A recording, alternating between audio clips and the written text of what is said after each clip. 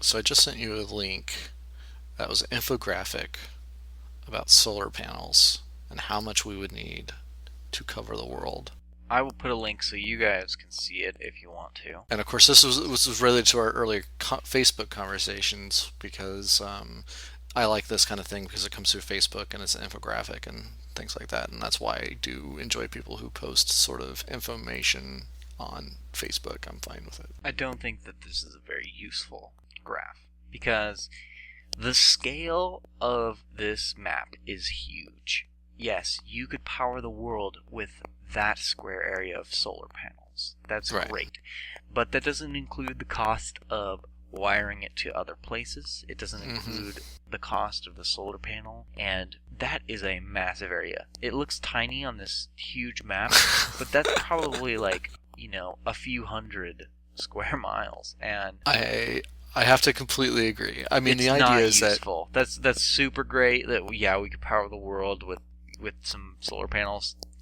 That's totally irrelevant. the power of it is like in the concept, though. It's the idea that it would only take a certain amount of surface area. And the idea is that you're all going to put it in, Libya and it's starts with an A. I don't know.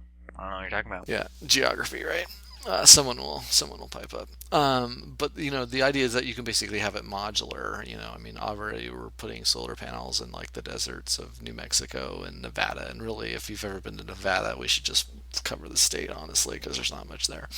I totally agree. I apologize to all those people who come to Nevada, such as a good portion of my family has lived in Nevada. I was born in Nevada, but really, there's like if Nevada's I didn't know that. Nevada's you didn't know I was born in Nevada. I was born in Elko, Nevada, so I I did basically not. lived. Um, we have a family relative that works in association with the mines there, and I was born in Elko. My dad worked for the railroad at the time, a railroad which no longer exists, but that's the sort of nature of railroads is that they've all merged and everything like that. That's been like the history of the modern railroad. But anyway, yeah. This is not useful. That's great.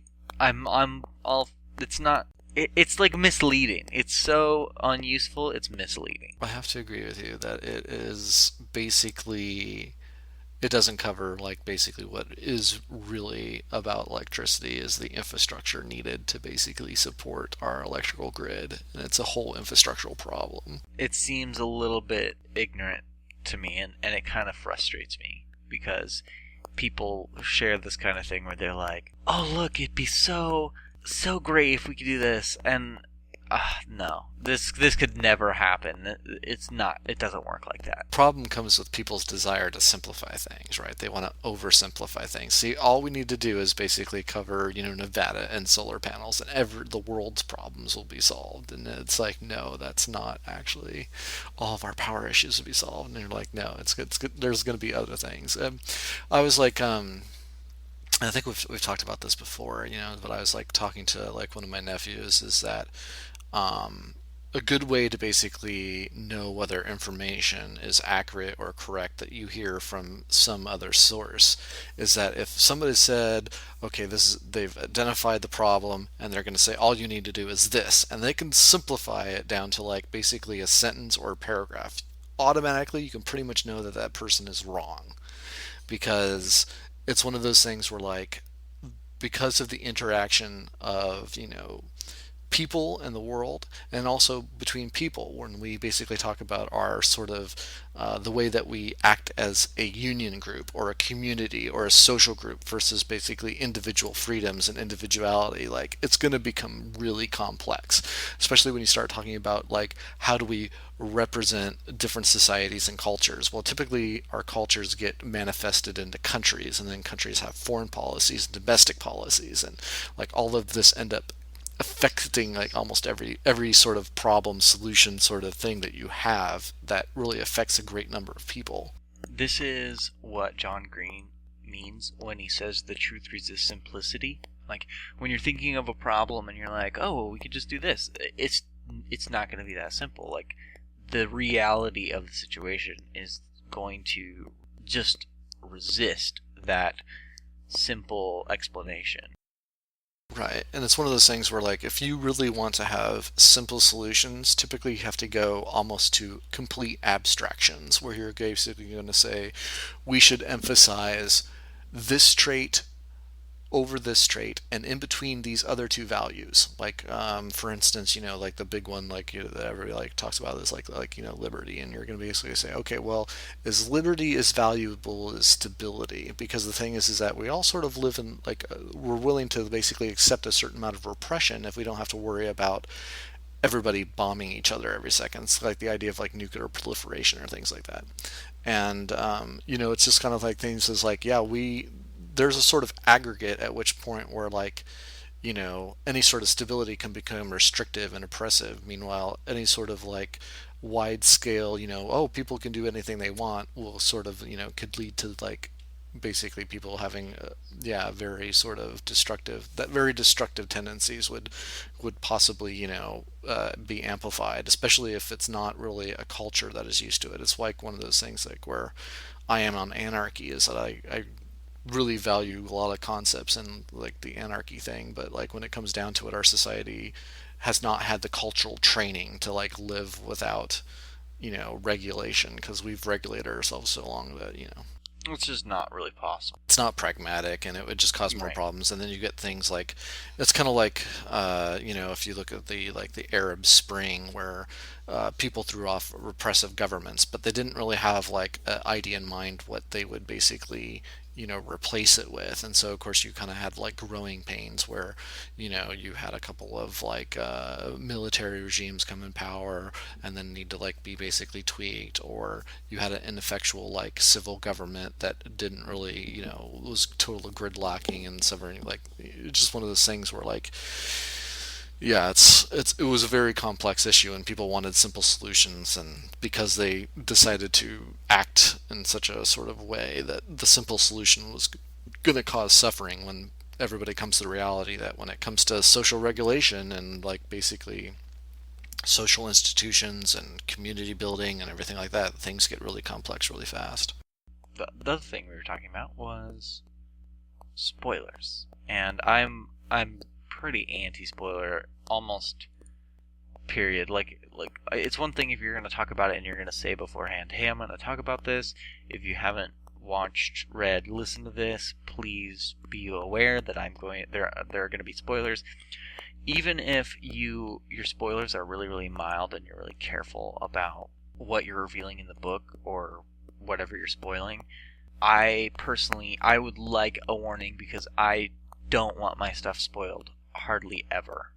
Yeah, and for all the reviews that I ever do, I don't spoil anything, but this is kind of like the discussion is like what constitutes a spoiler.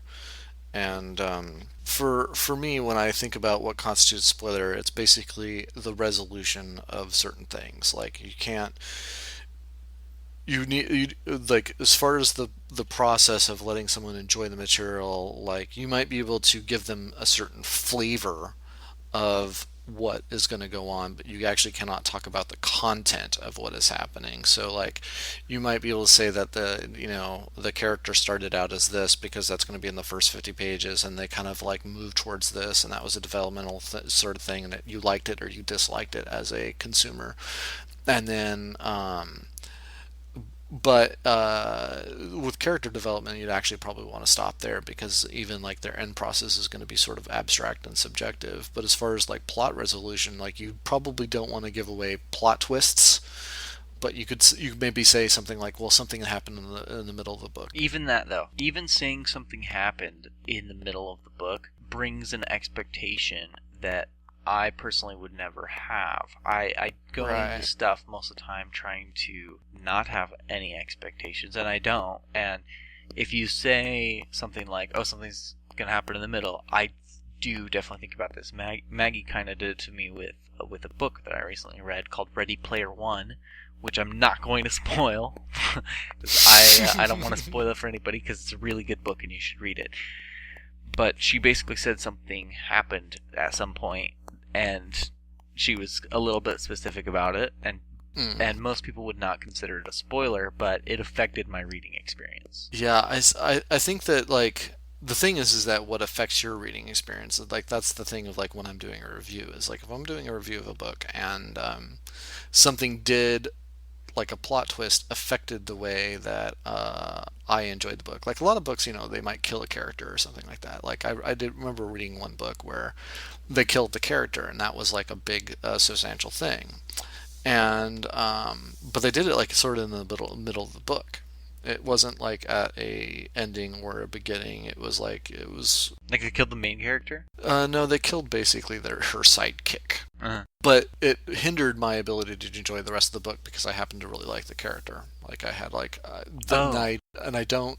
I as far as book reading goes, like I don't think that you should really play favorites like with characters. You should basically allow them to have their mortality and possibly die. But in this case, like I don't think that's realistic. I think getting a favorite is pretty natural. it is very pretty natural, but the thing is about it is that like if you have like a group of heroes where they're always going to triumph over evil and none of them are they're all going to get by the skin of their teeth, or every ending has a happy ending, then um, it's almost like where you're getting into something or sort of a grievable formulaic expectation where you're just like, I want a book Yeah, that does this and does this and does this I and does agree. You that, want and like some shock and awe is okay, and you can like mix it up. But you're basically saying that like you're not interested in the book after it's just the about like character died.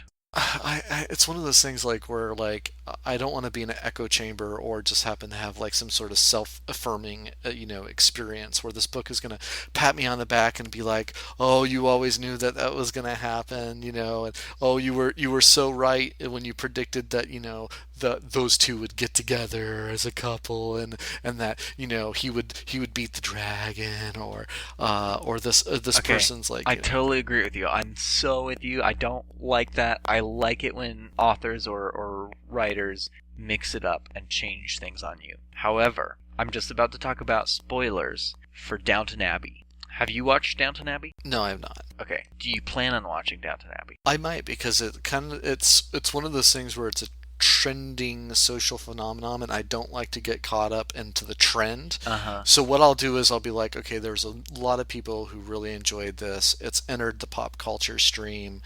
Now that it's died down a bit, you'll watch it? I could probably and I'll watch it, and that way I can basically share in their experiences. It'll be new for me, and a lot of people like who've got caught in the trend. By the time I talk about it, it's like 2 years later, and they're just like, oh yeah, I love that, or oh my gosh, that was You're terrible, such a don't you hipster. think? And I'm like, me? Yeah. You're like, it's too mainstream. I'm not gonna watch it till it's, underground again. There's a lot of media association with it, or expectation that like I don't want to get caught in other people's expectations. Like if like for instance like the TV series Lost, when people were really into Lost, man, you were supposed to feel certain things, or you were supposed to think, and if you had like some sort of disagreement, like you're just like people's mind blew and they couldn't let it go. And it really, when I don't really want to have like a total weird sort of actual argument about like some of these fiction things where I'm just like,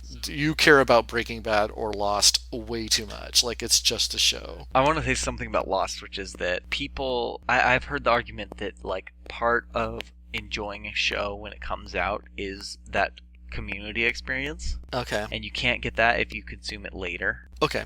Okay. I would basically disagree that basically things that have a really considerable worth develop cult followings, and you can basically always find that your community will be there waiting for you, such as you'd find in the Harry Potter community, or Red Dwarf, or Doctor Who, for instance. That's probably true. Okay, so I was gonna get back to this other topic you were talking about, which is that if a character dies, you don't want to read it anymore.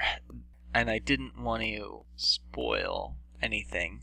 Well, you can talk about it in a hypothetical if that would be easy. I'll go ahead and say that watch out, spoilers for Downton Abbey. I'm not going to spoil it hugely, but late in the series, very late, so you don't have to worry about it for a while. It'll still come as a surprise. I think you won't be expecting it or anything. A character dies. I liked this character. So you don't know. It could be a really minor character. It could be a major character. So I'm not spoiling anything in particular. But I decided I was done with the show. Wow. Because you had this attachment to the character. That's right. That's right. And this show still went on for a while, but I was done with it. And I've said this same thing about Game of Thrones. There's a little bit of Game of Thrones spoilers ahead. Probably not, actually. I think most people have already been spoiled to Game of Thrones just because people are so emotional about that particular show. That's probably true. Okay, but I want to say, if any of these four characters die, I'm done with the series. Okay? I'm basically putting the value of the entire series into four characters. And if any of them die, I am done. I will not watch anymore. I will not read or consume any more Game of Thrones. Okay? That is terrible. I know, but I will. I swear I will not do it anymore. Arya Stark. If she dies, it's over. I love that character. Continue. Jon Snow. I love that character too. If he dies, I'm done. Daenerys Targaryen. I'm not a really big fan of her. Okay, but if she dies, she's really important. And if she dies, the plot's pretty much over anyway. She seems pretty important to the story, yeah. I'm actually okay with her character, especially, like, in this show. I can't talk about it because I think that's too much spoilers. Maybe we'll talk about it after we're done recording. Okay, and then he is kind of a borderline. And if he dies, it would have to be really, really meaningful for me to not stop. But Tyrion Lannister. My favorite character. If any of those four characters die, I am done. I'm so just like, well, that's the end of that. Oh, it's too bad. Okay, so I have this problem, and a lot of readers make it, and like it's the same thing. Like when someone was asking me to review Game of Thrones, and I was just like, okay, there are a lot of things that I think that would make Game of Thrones like a 10, a perfect 10. But the things is that I really like about it could be things that other people really hate about it. Like, and one of the things kills people. He just kills people. One of the things that in the show. He does, he will kill people. Like, you should not read Game of Thrones. You should not invest yourself in Game of Thrones if you're someone who forms personal attachments to characters and then cannot stand to watch them die. Because the fact is that unless you're like me, the book story is really about the world. And he really makes the character, like the world, alive through these characters. Like, it's really good. It's good material. I really enjoy his writing. Okay, but you have to, unless you are like me, and you're willing to basically attach a entire thing to some characters, which I'm willing to do. I'm basically saying, once these characters' stories are done, if any of them are done, in fact, I'm pretty much done. Yeah. See, like the thing is that a lot of people felt that way about the very first book, the very first season of Game of Thrones. Oh, well, I'll cut that. You didn't hear that. I made a spoiler just now, but you didn't hear it, so don't worry about it. I cannot believe you even did that. Like, now you're going to cut it out of the recording. It was just so automatic, but you have no idea. You have no idea what I just said. It's fine. We're good. But yeah, like basically there was a big attachment, and it kind of shows a certain kind of problem with actually the way that we consume material is that it's almost like the story has to be a certain story. It's just like, is that author going to even be able to be published? Is that movie even going to be able to be produced? If they take the very radical thing and they kill characters that happen to be good guys, or they kill characters that actually have prominent roles, because, you know, life allows a certain degree of mortality where people who have prominence do actually die, you know, that actually happens. You know, JFK was shot. It does happen. It's like the people who make indelible marks on the world, like they don't always live. And I've always kind of like wondered, because this would never happen, but what if your main character, like 75% of the book, like just, you know, tripped and fell on some icy stairs and broke their neck, and, you know, that's just part of the story. It's just like, you would never find a book publisher who would probably publish that book, and you would never find a movie publisher that would probably do that. But it's happened to be very brave for an author to basically be like, you know what, I can kill off my main character and the world and the story continues, and it's important enough that we're going to finish it. It just means that we are socially sort of building this sort of culture and consumerism that disallows certain things from happening in our movies and our media, where you're like, oh nope, you can't kill them, can't kill them. Oh, they can't have certain relationships. I mean, obviously you have the big sort of, I mean, like we've talked about a little bit about homosexuality previous, but like, you know, it was a big deal when one of the characters were gay in like the 80s or 90s. If a character came out and was say, okay, I'm going to be a gay character, like there were certain people who would stop watching the show because that wasn't allowed in our personal media. That's a little different. That's like a prejudice, and my thing is just like a personal. It's an attachment to a character, and if I have an attachment and it dies, Right. Well, let's talk about like certain things that like I like. What if I were gonna do a Game of Thrones review? What would I say in the very beginning? And I basically say, if you were a certain type of reader, you probably would not be interested in this book, and I would basically, you know, say you probably should not waste your time and you should move on to something else. Game of Thrones has a lot of characters. It's just something that is true about the book, and a lot of people dislike that. They're like, oh, so much is going on, or so many houses, or so many characters, I just can't keep track. It's just like too much energy. And it's just one of those things like, well, you know, building a realistic world, it happens to be that worlds are populated by more than 5 people.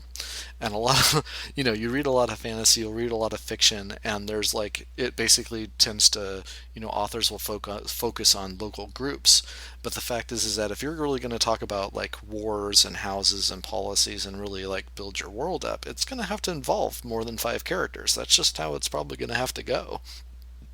And but it's just like one of those things that I think that enriches Games of Thrones. Meanwhile, a lot of people dislike it. You know, I would rate it for that reason. I would rate Game of Thrones higher, and meanwhile, like some other consumer would possibly dislike that. And I'd have to say the same is true with character death, is that if you can basically have the enriching experience that a character has a real sense of mortality, and the fact is that they may die and the story may continue on, though there actually might be living repercussions of their death. Like, for instance, one of the characters, can I say this?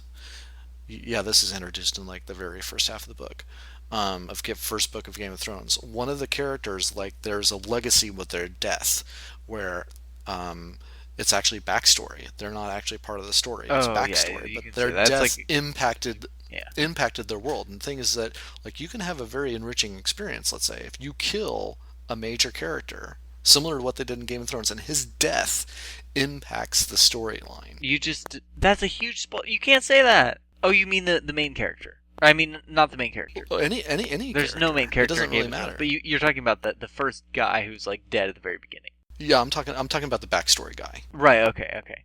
I'm not talking about anybody else. Well, there's too many people that died in Game of Thrones to like really specifically point one out. I That's can, true. There are so but many. like there's a lot. So it's like it's not really a spoiler to say people die. Like if you're not okay with people dying in your books, then you don't read a Game of Thrones. You're not going to be okay with that book. It's going to be a waste of Right. your time. Don't do it. And I am fine with that. But I think that the show is now something a little bit different. It's getting more and more different as we go, right? And I'm pretty invested in the show and much less invested in the books. I've only read like 2 of the books, and I've watched all of the show, and I plan on watching all of the show until those characters die. Well, this is where your hipster comment comes to be really true, because I actually stopped watching the show and stopped reading the books. Like I'd already previously stopped reading the books because he fell into sort of the Robert Jordan zone, where I was like, okay. And for those of you who do not know who Robert Jordan is, like, I don't know if I really want to. I don't really want to spoil that experience for I'll you. just put a link. I'll just put a link. A Wikipedia link to Robert Jordan. Anyway, Yeah, you can go look it up if you don't know who he is. I will say that Robert Jordan had a very long and epic fantasy series, and it became a more and more involved process. And in order to read the latest book, you would have to reread. And of course, for people who had made that investment, he then died before finishing his epic fantasy series, and that left the whole thing in the works. And so it's like, and I've noticed with Game of Thrones, Game of Thrones is a very complex book. That's another reason that people don't really like it, is that it is pretty complex. No, I'm not going to say pretty complex. It is complex. It's complex enough that you need to reread the books if you're gonna have a couple year gap between like reading the books. And yeah, so I've probably read Game of Thrones, the first book, like 4 times, because every time he released a new book, I had to basically reread the series because I do other things in my other time, you know. And so I was just gonna wait him out. And then of course, like he got an HBO series, and I watched the first season, and it was awesome. And I watched the second series, and it was season, and I also thought it was awesome. The second season, I think, definitely suffered the typical things that most things do. Is that there was so much going on in the books that they didn't have enough time to always translate it into the video material. There's something about book to video material, which is that they are really different mediums. You can't tell the same story most of the time because books are just way different, and you can't tell characters' thoughts, and you can show their feelings kind of, but you can't like express them explicitly, and that means that you're gonna have to change things. Well, it's like just how it is. like Harry Potter was like the first book was like short enough that you could almost fit in most of the things in the first movie, but No, by you would disagree because you're I would totally disagree. you're a fan, but the Yeah, the mo- you're missing a lot. but the book 4 or book 5. I'm trying to remember what Goblet of Fire is. For Yeah, that's book 4. Well, book 5 too. Order of the Phoenix. Like has so much material that expecting to be able to condense that into a movie is just completely unrealistic. Yeah, it is. It's really confusing when they talk about like the Lord of the Rings material, just because like they were able to encapsulate 3 books and 3 movies. I think they did an excellent job in Lord of the Rings, and then they took Hobbit, which is a very slim novel, and made 3 movies out of it. Well, those movies are terrible, though. I haven't watched them yet, so What's amazing is like the same group of writers and same director made one set of movies. Because they had so much material, they basically cut, like the uncut version is like basically like 16 hours long total. In The Hobbit, there's not very much material. It's really one book worth of, like one movie worth of material, and they made it into 3 movies, and it's terrible. like they spent an inordinate amount of time on it. Yeah, I haven't seen it. Yeah, I think that says a lot about like quality versus content. Yeah. Because if you have low quality but your content is really good, then the quality matters way less to people. Oh, this is so true. If you have no content or not good content, but the quality of the production is really high in anything, no one is gonna watch it. I mean, this is basically why people are willing to play like pixelated games such as like Dwarf Fortress or Minecraft. You know, Minecraft has really kind of shitty graphics, but it has a certain degree of charm because the potential in there, you can do so many things in Minecraft, and it's just like Yeah. it's a procedurally generated world with biomes, and you explore, and everything's like new no matter like how much you gotta do. So it's like, even though Minecraft actually has really crappy graphics compared to like Call of Duty, I'm more likely to play Minecraft than Call of Duty, you know.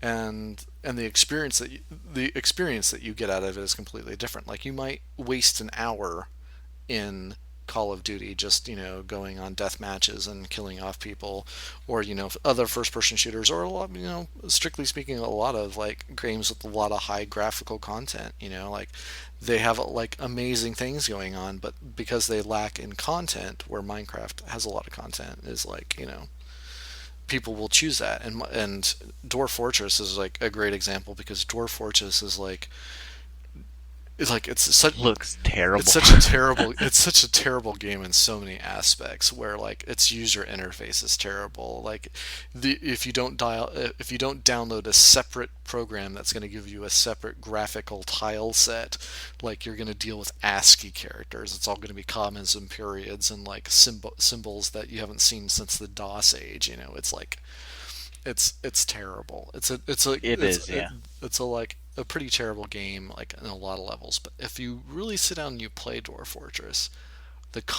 some of the content is just mind blowing. Where you're just like, how is it even possible that this is in a game? Yeah, it feels more like a novel than a game, because it generates stories. I mean, right. This is because the level of, actually the lack of effort put into basically the user interface and the graphics means you could translate, you take away some quality, and the producer, the guy who made it, can add so much quality and so much nuance to the game. Yeah, it's definitely a focus on a different sort of material, and that's like what a lot of indie games have been trending towards. Like if you're like an indie gamer, like they probably don't have the best graphics, and they probably don't have, some of them don't have even the immersion. Sometimes it's just like they're just producing a very good content. And like in the case of Minecraft or Dwarf Fortress, their content is expansive. But the fact is that you don't have to be, BioWare and releasing Bioshock and or releasing like Assassin's Creed. right. Assassin's Creed is a good example. I like Assassin's Creed, but like it's one of those things where um, you don't have to make a game like that to have a good game. If you just simply focus on content, like you can have a great game, and it'll be more important than whether or not your user interface sucks or whether or not you're using apparently even regardless of whether you're using ASCII text to like make your game, because there's a cult following for Dwarf Fortress and everything like that. We totally derailed from whatever we were talking about before. We were kind of talking about spoilers. We were talking about spoilers, yeah, and yeah, when we talk about like spoilers, I tend to think of like not revealing any sort of content or resolution. Now, I think it's okay. I talk about like the premise a lot, and I'll talk about where the characters start out. And when it comes to basically plot devices, I might say I felt this way about something they did with the plot, but I won't reveal it. But I still basically will say, I'll say something like, the way that Twilight ended. I felt that it was a real cop out. Here's what I think about spoilers in general. If you can tag your thing on the internet where you can let somebody know beforehand, or like say spoilers down in the next paragraph, or you can, if it's an audio or video thing, you can say, hey, I'm just about to talk about some spoilers for this thing.